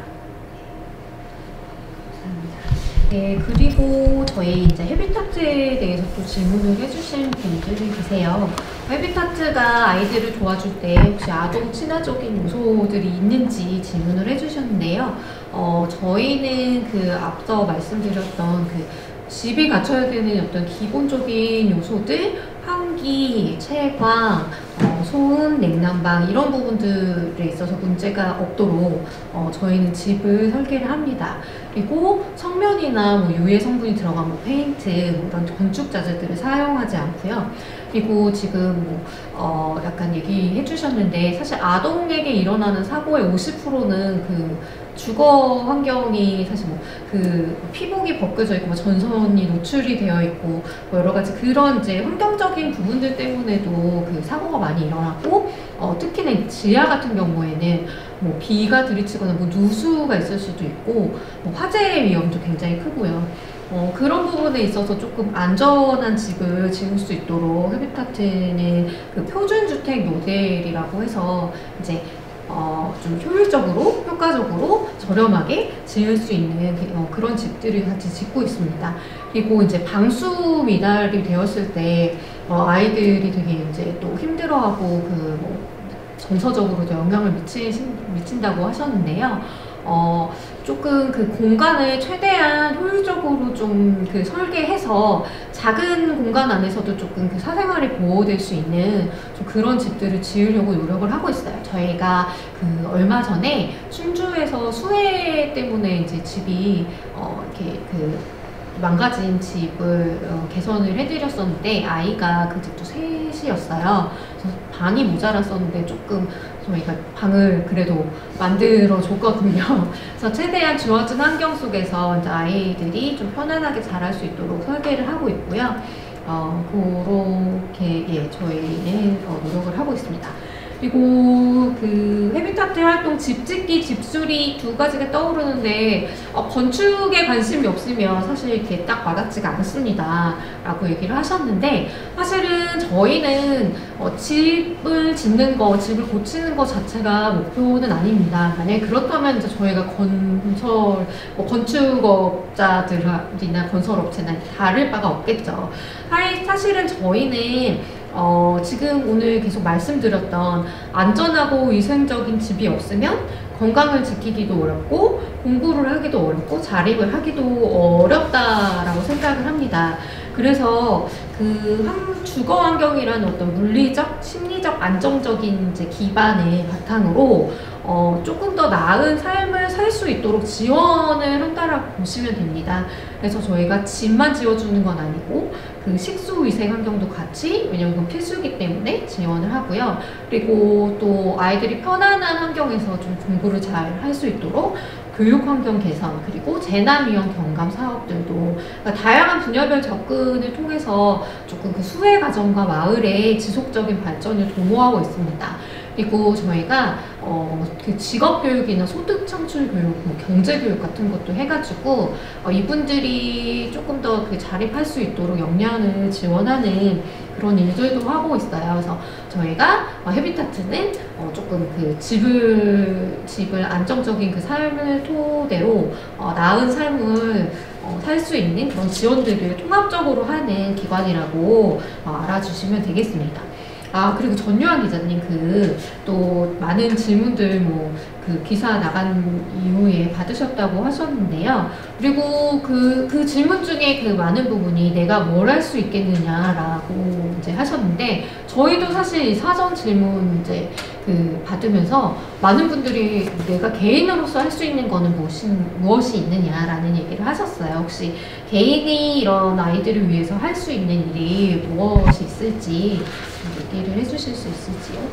개인이 아이들을 위해서 현재도 메일을 계속 받고 있는 내용이고, 본인이 이 문제에 대해서 접근을 하시려고 아까 처음 말씀드렸던 대로 지방에 계신 분들이 본인이 살고 있는 마을을 추천하신다던가 굉장한 많은 관심을 주시고 계십니다. 근데 이게 일반 시민도 있지만 저는 두 가지 방향으로 좀 말씀을 드리고 싶어요. 사실 아이들 입장에서 현재 주거 빈곤 가구라고 불려지고 있는 해당 가구에서 살고 있는 아이들도 사실 이 방송을 볼 수가 있거든요. 제가 취재했던 해당 가구 아이들은 적어도 이 방송을 지금 보고 있습니다. 그래서 사실 저희도 그렇잖아요. 우아한 온라인 토크 콘서트라고 해서 조금 부드러운 분위기에 좀 만들고서 했지만, 사실 아이들에 대한 빈곤에 대한 얘기를 하려고 하면 웃는 것도 좀 부담스러워요. 네, 이걸 웃어도 되는 건가? 제가 느끼는 거는 분명 아동 빈곤, 아동 주거 빈곤, 또 청년 혹은 노년, 중년 주거 빈곤과 접근 방식이 조금 다르다는 겁니다. 그래서 일단은 일반 시민으로서 아이들 먼저 말해볼게요. 아이들에게도 취재할 때 가장 먼저 강조했던 게 목소리를 내라는 거예요. 우리나라 같은 경우에는 본인이 가진 불편함에 대해서 목소리를 들어주는 사회라고 저는 생각을 합니다. 실제로도. 그래서 아이들에게도 너희들이 지금 겪고 있는 불편함에 대해서 말을 하는 게 이게 부끄러운 게 아니라 너희들은 지금 굉장히 용기 있는 증언을 하고 있는 거다. 증언자다라는 사실을 굉장히 말을 하고 있고, 이 시간이 상당히 오래 걸리더라고요. 아이들의 마음을 열고 들어가는 시간이. 그래서 아이들 만약 입장에서는 이제 불편함에 대해서 말을 하는 거에 대한 연습을 조금 하면 어떨까 이런 생각을 하고요. 일반 시민이라면 정말 원론적인 얘기예요. 이게 근데 남의 가정, 남의 집에 대해서 안부를 묻는 거예요. 관심을 갖는 거죠. 물론 당장 크게 법 제정하는 움직임을 무브먼트를 만들 수도 있고, 다양한 또 시민 운동을 제안 주시는 분들의 제안처럼 큰 조직이 완벽한 그런 운동을 할 수도 있는 거지만, 사실은 이 문제가 아직 처음 시작할 때 소장님께서 말씀하셨던 것처럼 아동 주거 빈곤의 이슈는 아직은 더 많은 다양한 집단에서 이야기를 시작해야 하는 좀 시작 단계라는 의미가 있어요. 그래서 주변에 대한, 이웃에 대한 관심, 그리고 남들에 대한 안부를 묻는 것, 그게 조금 중요하지 않을까 생각을 하고요. 이메일을 오고 있는 시민분들께도 이런 방식으로 좀 하고 있는데, 그래서 이제 저 역시도 이제 시민분들이 보내주신 질문에 대해서 후속 작업에 지금 진행을 하고 있어요.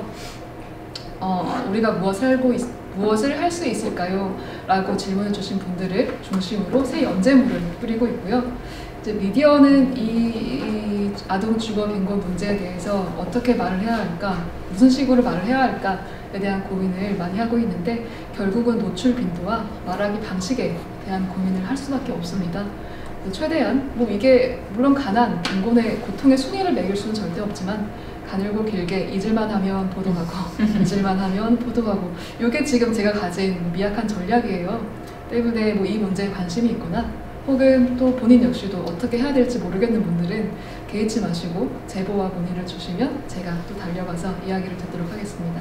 네, 좀 덧붙이고 싶은 말이 있는데 아까 제가 시흥에서의 그 목소리가 중앙정부에 어떻게 전달이 됐을까요? 그게 이제 언론이 사실은 있었던 거예요. 언론에서 이런 내용을 보도를 하고 하는 부분들이 있어서 사실 제가 언론에 대해서 굉장히 비판적인 사람인데 굉장히 이 부분에 관해서는 아동의 주거 문제와 관련해서는 그래도 여러 언론이 지금 계속 관심을 가지고 있으면서 사회적인 관심이 좀 모아지고 있는 측면이 있는데 근데 이건 당사자들이 사실은 목소리를 내기가 힘들거든요. 아동들이. 그래서 그런 부분에 언론의 관심도 굉장히 중요하고 부모님들이 그 아까 이제 시흥 사례가 계속 좀 나오는데 거기에서 굉장히 중요한 지점 중에 하나는 부모님들이 목소리를 내는 게 중요하다는 걸 깨닫기 시작했다라는 점이에요. 그러니까 언론에서 인터뷰를 하면 처음에는 굉장히 꺼리시고 굉장히 이게 숨기고 싶은 얘기잖아요. 이게 예전에는 굉장히 모두가 다 어렵게 살 때는 이게 가난하다라는 게 배제는 아니었는데 지금은 아까 10명 중에 1명이라는 게 이게 굉장히 좀 문제적인 상황이에요. 이게 다른 아이들 집에 가보면 우리 집은하고는 완전히 다르거든요. 이러면 아이들이 이제 심리적으로 위축될 수밖에 없고 뭐 이런 상황들이 발생하는데 이렇게 드러내고 싶지 않은 걸 부모들이 말하기 시작하는 게 이제 굉장히 중요하죠. 그러니까 아동도 당사자지만 아이를 키우는 부모님들도 당사자시잖아요. 그래서 목소리를 내주셔야 되고 그리고 우리 시민분들은 우리 지자체는 뭘 하고 있나? 그러니까 아까 이제 시흥 같은 경우에 모범 사례가 있으니까 우리도 가난한 아이들이 없는 지역은 없어요. 심지어 아주 잘 사는 지역조차도 지하는 다 있고 고시원은 다 있거든요. 그래서 우리 지자체는 뭐 이렇게 감시하는 시민의 역할을 해주시면 좋을 것 같아요. 그래서 이제 내 아이가 아니지만 그래도 안부를 물어주고 관심을 가져주고 목소리를 내는 게 중요하다라고 얘기를 하셨는데 사실 이 목소리가 크게 들리려면 이제 여러분들이 함께 해주셔야 됩니다. 그렇기 때문에 사실 저희가 지금 이 자리를 마련한 거고요. 지금 해비타트에서는 사실 모금 캠페인도 같이 하고 있고 그리고 그 아동 주거권 보장을 위한 그 지지 서명도 받고 있습니다. 여러분들이 목소리를 많이 내주셔야, 보태주셔야 이게 정말 그 들려야 할 곳에 들릴 수가 있을 거예요. 사실은 이게 너무 복잡하고 되게 그 여러 가지 측면들이 얽혀있기 때문에 되게 쉬운 문제는 아닙니다. 저희가 이 자리에서 이게 해결책입니다. 뭐 이렇게 해야 됩니다. 라고 얘기를 할 수는 없겠지만 일단 이 사회에 책임이 있는 어른으로서 뭔가 관심을 갖고 지지를 보여주는 것들은 굉장히 필요하다라고 생각이 되니까요. 만약에 계속 이 이슈에 대해서 내가 뭐라도 하고 싶다라고 하시는 분들은 저희 검색창에 들어오셔서 한국 해비타트를 치시면 저희 홈페이지로 연결이 되고요. 홈페이지 들어오시면 그 저희 아이들을 후원을 할 수 있는 그 모금 캠페인하고 지지 서명 캠페인을 하고 있으니까 참여를 해주세요. 저희가 이 지지 서명이 10,000명이 돌파를 할 경우에는 이거를 이제 국회 그리고 그 지방 각 지자체의 정보들에 보낼 예정입니다. 그리고 저희 우리나라가 사실 국제법에 또 가입이 되어 있죠. 그래서 그 사회적 권리에 관한 그 협약에도 가입이 되어 있고 유엔 아동 권리 협약에도 가입이 되어 있습니다.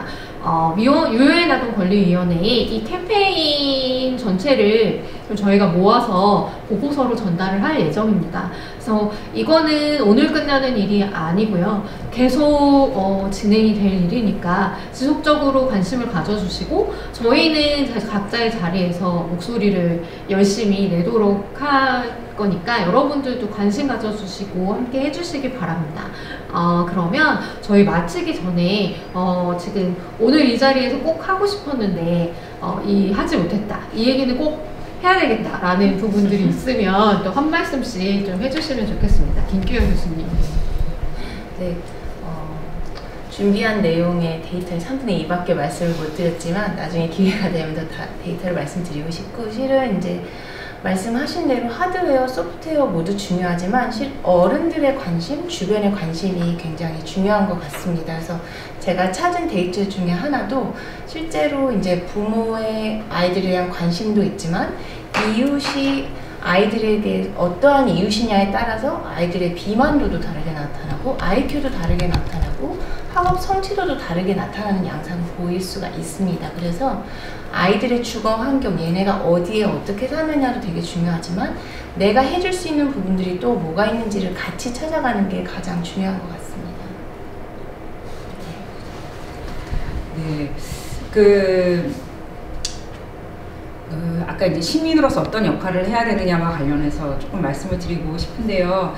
우리 각 이제 아까 모금 활동을 하신다고 하셨는데 그런 곳에 힘을 보태는 것도 제가 이거 요구받은 건 전혀 아닌데 이런 얘기를 하는데요. 그것도 굉장히 중요한 것 같습니다. 그 이제 서울시에서 아까 제가 사례를 말씀을 드리긴 했는데 100가구 정도의 아동을 이제 공공임대주택으로 옮겨주려고 해요. 근데 그러면 또 돈이 들거든요. 이사비도 필요하고 그 다음에 이사비도 필요하고 그 다음에 기본적인 생활용품도 필요하고 우리 부동산까지는 필요 없구나 여기는. 여하튼 이사와 뭔가 움직인다고 하는 거는 굉장히 비용이 수반이 되고 그 다음에 공공임대주택을 가려도 보증금도 필요해요. 이런 것들에 관해서 그러니까 공공에다가 그러면 다 정부가 해라 이렇게 할 수는 없는 상황이거든요. 모든 걸 정부 입장에서는 이제 공공임대주택을 공급을 하고 최소한의 보증금 이제 50만 원에서 100만 원 정도인데, 근데 이 빈곤 가구들은 이 50만 원에서 100만 원을 마련하는 경우도 굉장히 힘들기 때문에 그럼 이거를 다 정부에서 하라고 잘 안 되더라고요, 모델이. 그럼 이 50만 원, 100만 원을 만들어주는 것들은 또 우리 민간에서 각자의 힘을 합하면 이게 되는 부분이 분명히 있는 것 같거든요. 그런 사례가 서울시에서도 보여지고 있고요. 그래서 이제 그런 부분도 우리가 십시일반이라는 것도 굉장히 중요한 가치다라는 생각이 듭니다. 저는 절대로 이 부분에 관해서 말해달라고 요청받지 않았습니다. 네, 제 차례인데 저는 일단 이렇게 아동 주거 빈곤 혹은 주거 취약 가구라는 단어가 일상으로 더 지금보다 깊이 스며들어서 이 말을 들었을 때 많은 분들이 조금 더 이 문제에 대해서 일상의 위기로 받아들일 수 있는 시간이 좀 금방 오기를 바래요. 그러기 위해서는 아까 김규환 교수님께서도 하고 준비하신 말씀이 3분의 1 정도라고, 저도 한 4분의 1, 4분의 3을 더 얘기해야 되는데 앞으로 다양한 집단, 다양한 조직 혹은 다양한 분야에서 이 이야기를 좀 이렇게 의견을 모아보고 할 수 있는 자리가 지금보다 조금 더 자주 생기면 좋을 것 같다는 생각을 합니다.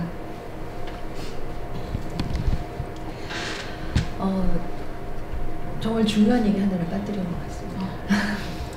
네, 아까 57만 가구라고 말씀해 주셨는데 우리나라가 한때 200만 가구 건설을 아주 쉽게 했던 나라입니다.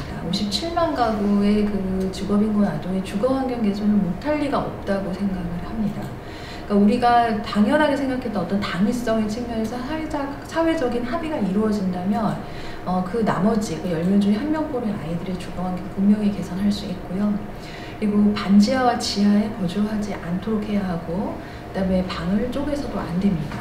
그러니까 무엇이 우리가 더 이상 내려오면 안 되는 기준인가에 대해서 우리 상식선에서만 생각하더라도 우리가 많이 합의할 수 있는 그러한 지점들이 있을 거라고 생각을 하고 그러한 것들을 위해서 모두들 한 목소리를 좀 내면서 같이 힘을 합친다면 이제 저는 상당히 멀지 않은 미래에 더 이상 이런 고민이 필요가 없어지는 그런 사회도 이루지 않을까 이렇게 긍정적으로 또 생각을 해봅니다.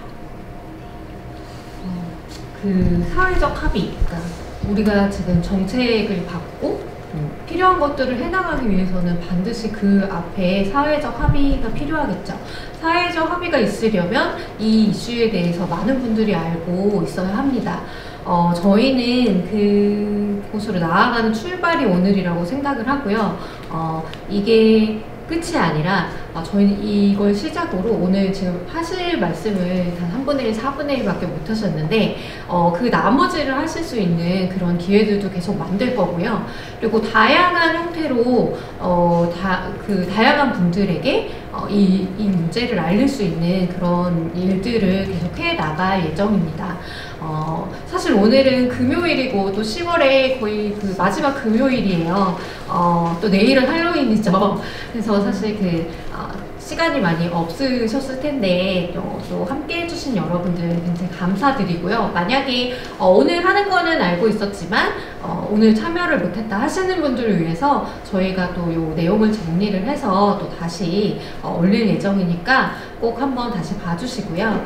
오늘 이 자리가 또 의미가 있었던 것은 어느 한 분야가 아니라 되게 다양한 분야의 이제 그 전문가들이 모여서 한 가지 이슈에 대해서 얘기를 했던 것들도 되게 의미가 있었던 것 같아요. 이번에 시작으로 저희 앞으로 계속 활동을 해 나갈 거니까 많은 응원과 관심 부탁드립니다. 그리고 오늘 또 시간을 내주시고 와주신 좋은 말씀을 해주신 여사분들께도 감사드립니다. 네, 감사합니다. 감사합니다.